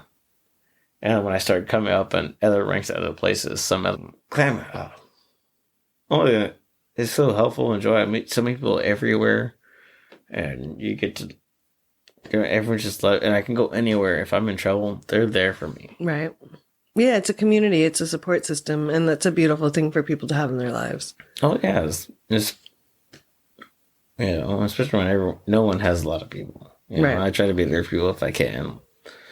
You know, and especially other family like that, especially in the Clamper, they're always out. Even like, dang, you're always welcome. You know. Yeah, like, that's the best thing I fucking have in my life. That's amazing. Yeah, like, in town I know I have that too, but there's always somebody who will help me out because I've helped them out multiple times. Like, I once saved my friend's wife from being shot and shit like that. Oh, wow. You know, and like, they done a lot. And taking people to the hospitals I was telling you about. And good times. And don't regret any of it, and I'll keep it going. Yeah, you keep going. Like, that's what you do, you know? But, you know, people don't always see that. They see the drunk barstool clampers, they call them. I had one guy who called me out once. Like, I met him. And here at Alameda, and he goes, oh, you're probably one of those drunk barstool. You don't do shit, do you? And I'm like, okay, whatever, you know. Just waited him off. Saw him next day and goes, I'm so sorry.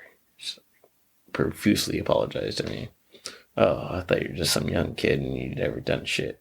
This guy's only been in 2 years. At the time he did this, I'd have been in 5 years. Right. And he's like, everybody fucking knows your fucking name. I'm like, yeah, there's not only a handful of people who travel everywhere all the time. So you know everybody really quickly. Like, right. But there's no judgment on anyone who doesn't do anything. If you're doing that, you're not believing our cause. Everyone's an officer. We're all officers equal in dignity. Right. If you think you're better, you aren't us, really. Right. Yeah, you're not one of us if you're thinking that you're better than us. Yeah. Yeah, that sucks. I hate that people get so judgy like that. Well, people want to feel like they're part of something, but then they get judgy about it because they want to. Because they're not a part of it. They want to feel that they're they want to feel good for themselves, or like they're better. Yeah. But our point is, we're not better. We all have come different walks of life. We're all happy. We all want to encourage each other to do better. It doesn't matter what form you come from. Right. You know, which everyone should think like each other. Dude, life is shit. We all know that. Right. No kidding. Life is hard. Oh, speaking of life is hard, I think we both have to get to places. We both have to get going. We do. Well, cheers to you. Well, thank you so much for teaching us about Alameda and the Clampers. And thanks for being you, Danny Lopez. Well, thank you very much, Ron. And thank you all for joining us, and go find some of your joy and happiness today. Yeah. All right, bye, Any y'all. other history questions? Let me know. I think we're we'll have No, you definitely come back. another time. If anyone has any questions, let us know. Yeah, hit us up on duckingreality.com and hit us on the socials. And if I don't know it, I know somebody who will know. Yeah. And they can come in and tell you some questions and anything you want to know about Alameda or any other area. I know a bunch of fucking people who will gladly come over here. Oh, good. You can give us some new resources, too. Yeah. All right. Thanks, Danny.